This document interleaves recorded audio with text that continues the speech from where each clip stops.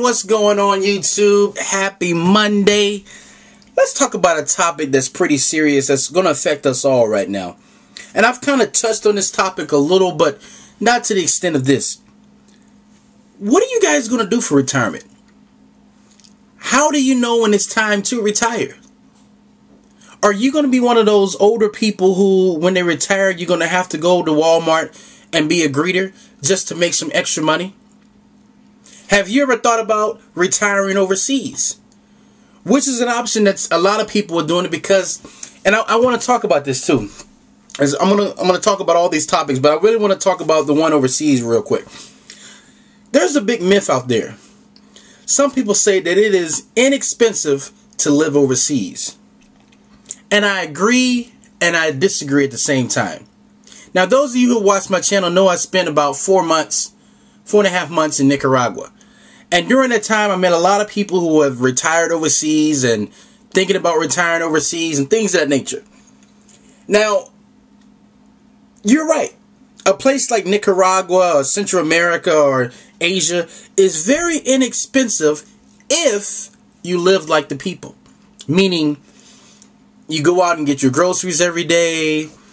You know, you don't shop at the malls. You know, the expensive, because the malls in these places are just as expensive as the malls in America. You know, if you go to the swap meets or something like that, or like the outdoor markets and things like that, then you'll be fine. Because you got to understand, if you live like the people, your life, and especially if you come from the U.S., your life will never be on that level. Living with the people is like living in the ghetto in America.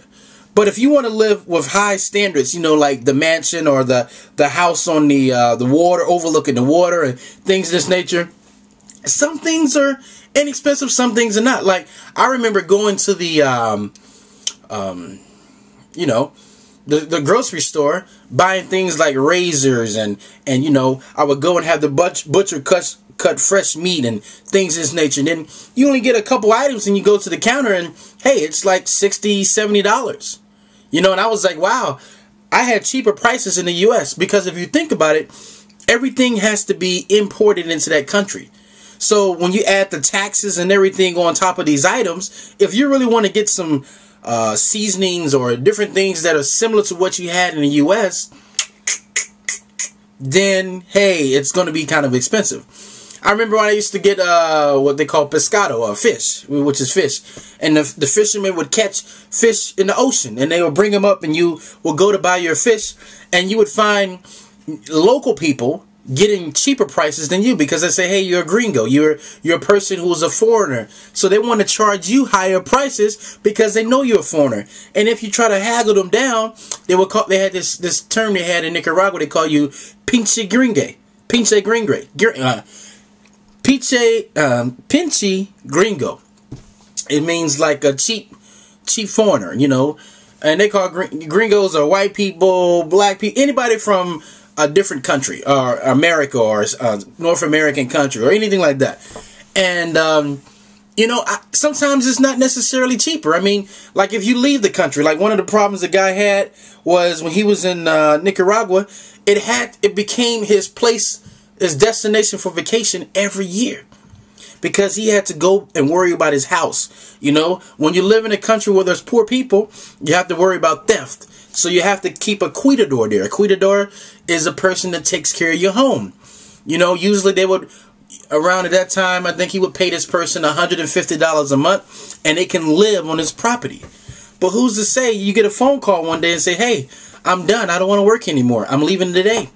Now you got to go back and worry about your house, and it just becomes a hassle. You know, and this was like a dream of mine to live overseas. And I thought, like, you know, you work hard and gather all your money together in the U.S. and then you go to this country and everything will be peachy. But it's not as peachy as you may think. So the question I have any of you guys ever thought about maybe living overseas or as a cheaper way to actually, you know, to live? Because like I said, I kind of had a fairy tale thing about it. Like, oh, it'd be so amazing to live by the ocean and the breeze and the water. Actually, to be honest, it became quite boring. You know, actually, it was just like I was in bed 7:30, 8 o'clock at night. And it just, the ocean was a hype. I mean, I was there for 4.5 months. I probably got in the ocean maybe twice, you know, and I saw like, man, you know, even though, you know, America, they say is a bad country and things like that, there's things in America, you know, that spoil you. Like, I couldn't deal with the part about the lights being off all the time. You know, you never have power outages in the U.S. unless, you know, it's a major storm or something like that, or the internet connection, or, and this is just me. You may be the bohemian type, you may love the nature, and this may be your thing, but I'm just saying, think twice if your means of retirement is to move overseas, especially if you've never dealt with other countries on that level. But also, is your retirement, you know, driving around America in the camper? Or is this something that you actually thought about? Because a lot of people, they think that when you're in your 20s and 30s, too early to think about retirement. I have a lifetime ahead of me. But those are the people that end up like depending on their kids to take care of them, depending on the government to take care of them, or live on Medicaid. You know, because they have no plan. They just partied their 20s, partied their 30s, partied their 40s, and then they want to get it together in their 50s.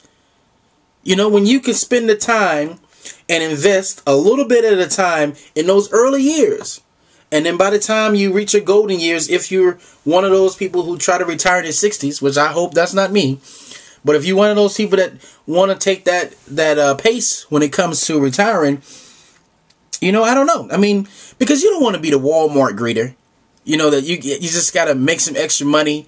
So you end up working at, you know, football stadiums, taking tickets and, you know, greeting people in Walmart. You know, welcome to Walmart, may I help you? You know, I always see these 70-year-old people working, and I understand people say, well, hey, you know, you got to have something to do. I'm like, well, okay, well, golfing in Brazil is something to do. You know, going on vacation, traveling around the world is something to do. You know, working a job is something to do. I don't know about that one. So let me know what you guys think. This is kind of a casual conversation. We're talking about retirement, which is something that everybody in the world should talk about. So let me just hear what you guys have to say on this. So, sorry for taking so long. I haven't been on here in a while. I had a lot of fires to put out. But now I'm back on track. So until next time, guys, signing off.